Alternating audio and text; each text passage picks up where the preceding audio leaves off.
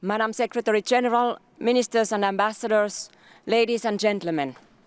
In a world forever altered by Russia's unprovoked invasion and ongoing war against Ukraine, the impact of aggression echoes across our entire region.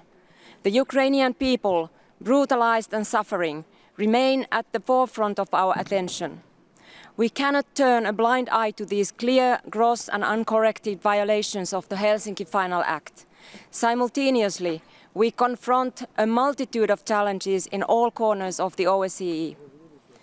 As we attempt to navigate this unknown landscape, we must acknowledge the multifaceted nature of the crisis at hand. As we see in the South Caucasus, regional development cannot be guaranteed without peace and stability. Tensions in the Western Balkans persist, serving as a stark reminder of the fragility and peace of the region. Old wounds can resurface, threatening the hard-won progress towards stability. Central Asia demands our continued attention as the region faces its own unique set of challenges that contribute to this overall complexity. The 7th October terrorist attacks and Israel's military response in Gaza have intensified tensions in the Middle East, with a ripple effect in all of our countries. The OSCE Parliamentary Assembly's latest annual session in Vancouver saw fruitful exchanges on the challenges we face. Yet the conclusions are sobering. For the first time in our 30-year history, parliamentarians added a 4th chapter to our main declaration, addressing the institutional crisis plaguing our organization. This unprecedented step reflects not only the gravity of the situation within the OSCE as an organization, but rings alarms on our inability to respond effectively to the broader geopolitical complexities we face. We recognize the unwavering commitment of North Macedonia to finding a solution. A country whose peoples laid down their weapons to build an inclusive multi-ethnic society. A country which demonstrated successful diplomacy with its neighbors.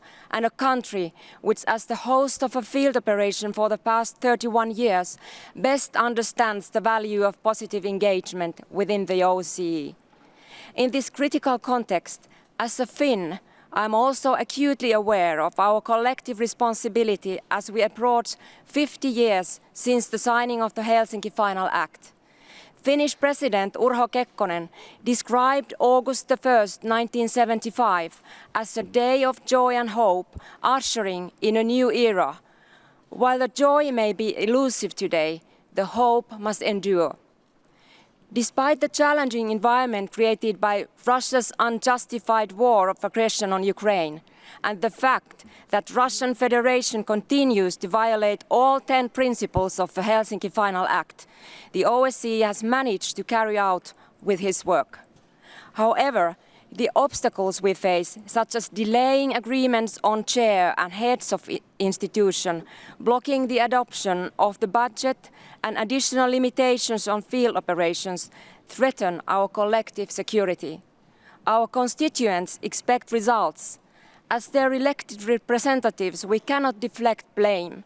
We must work together towards tangible solutions. In the face of such unprecedented uncertainty, I maintain that the OSCE is more crucial than ever. Our Vancouver Declaration outlines recommendations that underscore our widespread commitment to supporting Ukraine through all means necessary. Real accountability, focusing on victims of conflicts, is paramount. To do this, and be more responsive to our colleagues in Kyiv, we have established a parliamentary support team for Ukraine, which I have the honor to lead. As the executive structures grind to a halt, I will make sure that the OSCE Parliamentary Assembly continues to move forward. My presidency will continue to prioritize strengthening our engagement. The OSCE PA is a forum for political dialogue. We will continue to address challenging topics, offering recommendations to the OSCE and its governments on ways to address our organization's shortcomings. Cooperation with the entire OSCE family, especially with the ODIHR, remains crucial. Strong partnerships in areas like election observation highlight the effectiveness of the OSCE's work. But let us not forget that the OSCE's mission goes beyond crisis management. It extends to shaping a future where the principles of the Helsinki Final Act, born in times of heightened geopolitical confrontation out of a shared commitment, are not just words on paper, but the cornerstone of a stable, peaceful and just world.